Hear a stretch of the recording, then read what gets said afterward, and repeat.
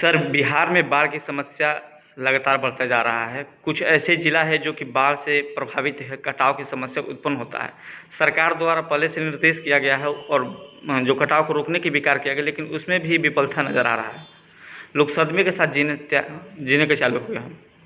देखिए, बिहार में विडंबना ये है कि आधा बिहार जल के प्रभाव में रहता है और आधा बिहार जल के अभाव में रहता है। और यही विषय जो है माननीय प्रधानमंत्री अटल बिहारी वाजपेयी जी ने उठाया था और इसी के लिए उन्होंने नदियों को आपस में जोड़ने के लिए जो इंटरलिंकिंग ऑफ रिवर्स, इसको जो उन्होंने कहा था, उससे सबसे बड़ा फायदा बिहार को होने वाला था। हालांकि यह काम अब धीरे धीरे आगे बढ़ रहा है। जल जीवन हरियाली अभियान भी माननीय मुख्यमंत्री जी ने जो शुरू किया है वो भी इसी का एक पार्ट है। अब रहा बात कि बिहार के 22 जिले बाढ़ प्रभावित जिले माने जाते हैं। मैं खुद भी बाढ़ प्रभावित क्षेत्र का रहने वाला विधायक। 40 किलोमीटर का जो गंडक का किनारा है वो मेरे विधानसभा क्षेत्र को जोड़ता है। स्वाभाविक है कि वो नदी के किनारे रहते हैं, उनकी एक चिंता अवश्य होती है, लेकिन ये तो प्राकृतिक आपदा है। इस प्राकृतिक आपदा के प्रबंधन के लिए सरकारों को जो करना चाहिए वो बिहार सरकार हमेशा करती है। इस बार भी बिहार सरकार ने तैयारी की है सर, लेकिन हमारे साथ दिक्कत क्या है कि प्राकृतिक आपदा के साथ साथ जो नेपाल में अतिवृष्टि होती है उसके कारण बिहार मारा जाता है। ये इंटरनेशनल मामला है। देखिए, आगे आने वाले दिनों में डैम बनेगा और इसकी और परमानेंट व्यवस्था हो गई तो हमको लगता है कि आगे बिहार इस बाढ़ से बच जाएगा। लेकिन जहाँ जल की आवश्यकता भी है लेकिन जल की अति आवश्यकता नहीं है और हमको लगता है कि इस पर अब धीरे धीरे सरकारों का भी फोकस हुआ है और एनडीए की सरकार इसका भी हल निकालेगी। और फिलहाल बिहार की जनता को डरने की जरूरत नहीं है, सतर्क रहने की जरूरत है। हमारी सरकार बाढ़ से बचाव के लिए तमाम एहतियाती प्रबंध हम लोग कर रहे हैं, लगे हुए हैं। सर, कोरोना ने बिहार सरकार का आँख खोलने का काम किया। आप देखे होंगे कि कोरोना का जिस समय प्रकोप था उस दौरान बिहार में कितने लोग पलायन करते थे बाहर में। उसके देखते हुए बिहार सरकार ने कोई ऐसा ठोस कदम उठाया जिसको रोजगार प्राप्त हो बिहार में? देखिए, जब कोरोना को लेके पलायन हुआ और बिहार में लगभग बड़ी संख्या में लोग आए, उसका सही आंकड़ा मेरे पास नहीं है लेकिन मुझे लगता है 20-21 लाख लोग आए बिहार। और इतने लोग आए तो स्वाभाविक है कि उनके लिए एक रोजगार उनको कैसे मिले और उनके परिवार की चिंता हम कैसे करें, ये हमारे लिए एक बड़ा प्रश्न तो था।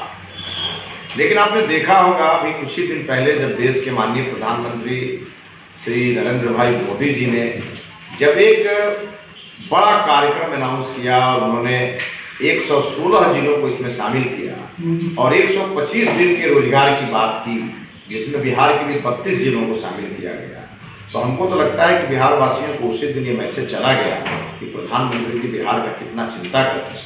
क्योंकि अगर 38 जिले हैं और उसमें 32 जिले शामिल किए गए हैं तो मात्र वो 6 जिले ही छूटे होंगे जहां इसकी बहुत ज़रूरत नहीं है। और इसीलिए भारत की सरकार पूरी तरह बिहार को लेकर कंसर्न है। 125 दिन के रोजगार की फिलहाल व्यवस्था हो चुकी है। हमारे जो मजदूर भाई हैं जो बाहर से आए हैं उनको 125 दिन अब उसकी चिंता करने की जरूरत नहीं है। 25 प्रकार के कार्य गाँव में ही होना है जो प्रधानमंत्री जी का नारा है, वोकल फॉर लोकल, और इसके साथ साथ लगातार कार्यक्रम बनाए जाए। सर, आपने जो बात बोला कि लोकल फॉर वोकल का, अभी हमको ये बिहार में एक जगह भी ऐसा नहीं दिखाई जहाँ लोकल फॉर वोकल काम हो रहा है। सर, देखिए, बिहार में एक अलग विषय है। बिहार में मिल्क कोऑपरेटिव की बड़ी संभावना है। बिहार में फिशरी के क्षेत्र में बहुत बड़ी संभावना है। बिहार में एग्रो इंडस्ट्रीज की बहुत बड़ी संभावना है। और बिहार ही एक ऐसा राज्य है जिस राज्य में जल का अभाव नहीं है। और जैसे ही आपको कोई बड़ा काम करना हो तो सबसे बड़ा आपको सबसे पहले ज़रूरत पड़ेगी ग्राउंड वाटर या जो सरफेस वाटर होता है उसकी, और उसके लिए हमारे पास पर्याप्त संसाधन हैं। लेकिन हम कृषि आधारित उद्योग पर अगर आगे बढ़ें तो बिहार बहुत सफल होगा। बिहार में मक्के की खेती काफ़ी होती है लेकिन कॉर्नफ्लेक्स हम बाहर से खरीद के खाते हैं। बिहार में आलू की खेती काफ़ी होती है लेकिन हम चिप्स बाहर से खरीद के खाते हैं। बिहार में इस प्रकार की कई संभावनाएँ हैं। हमारे यहाँ सबसे ज़्यादा चीनी की पैदावार होती है और बिहार के कई चीनी मिल बंद हैं। चीनी मिलों से जो संबंधित जो लैंड हमारे पास थे उसको राज्य सरकार अब लैंड बैंक के रूप में स्थापित कर रही है और बड़े बड़े और नए उद्योगों को इसको अवसर मिलेगा। और इसके लिए बिहार सरकार ने भी और भारत सरकार ने नई उद्योग नीति जो लागू किया है उसका लाभ बहुत लोगों को मिलेगा और आने वाले 6 महीने में आप देखेंगे। सर 15 वर्ष में नहीं हो तो 6 महीने में क्या? देखिए 15 वर्ष में नहीं होने का कई कारण है। एक तो सरकार की प्राथमिकता कई मामलों में एक ही चीज की नहीं होती और जो संसाधन होते हैं उन संसाधनों का अभाव भी रहता है। बिहार में मैंने पहले ही कहा आपको कि लैंड की बहुत बड़ी समस्या होती है। बिहार के लोग जान दे देते हैं, जमीन नहीं देते और इसीलिए मैंने अभी कहा कि जितने भी चीनी मिल बंद पड़े थे, डालडा फैक्ट्री बंद थी, उनके जो जमीन है उसको सरकार अधिग्रहण करके और लैंड बैंक बना रही है। मतलब कोई बड़ा उद्योगपति आकर के उद्योग लगाना चाहे तो सरकार उसको जमीन देने की स्थिति में है। लेकिन मैं तो कहता हूँ इसके अलावे मिल्क प्रोडक्शन, फिशरिंग, ये जो 2 सेक्टर है इसमें हम बड़ी क्रांति बिहार में कर सकते हैं। और इसके अलावा मैंने कहा एग्रो इंडस्ट्रीज, और एग्रो इंडस्ट्रीज के बारे में हमारे जो नौजवान हैं वो इसको रिसर्च करें और रिसर्च करने के लिए भी कहीं जाने की जरूरत नहीं है। अब तो गूगल का जमाना नहीं है, अब तो गूगल का जमाना है, हर चीज आपके हाथ में है।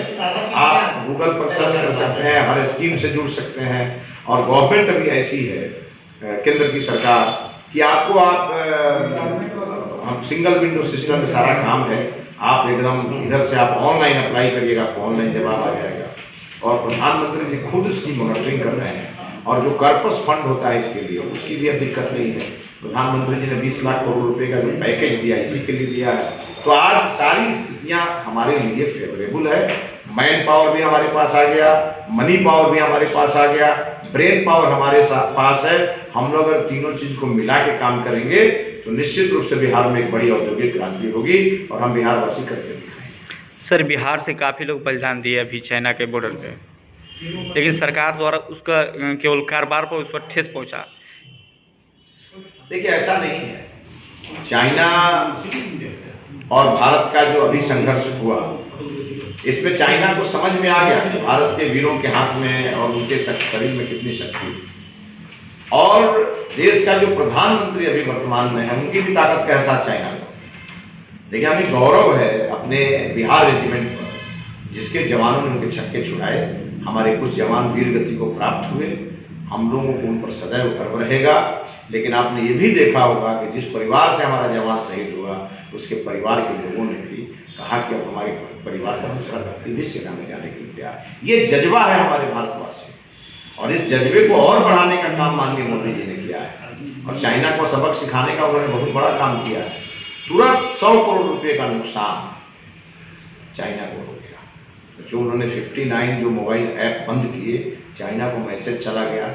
शायद पहला प्रधानमंत्री भारत के माननीय नरेंद्र मोदी जी हैं, जिन्होंने चाइना को करारा जवाब दिया है और अब भारत के सरकार की तरफ से कोई भी मौन पैगाम नहीं जाना है, जो जाएगा वो खुला पैगाम जाएगा और चाइना को हमारी शक्ति का एहसास भी होगा। Thank you sir. हम भारतवासियों से आग्रह भी करेंगे कि अब हम अपने लोकल जो उत्पाद है हमारा हम उसको खरीदें, हम उसको बनाएं, अपने सप्लाई चेन को बढ़ाएं और मेड इन चाइना सामान पूरी तरह उसको बहिष्कार करें।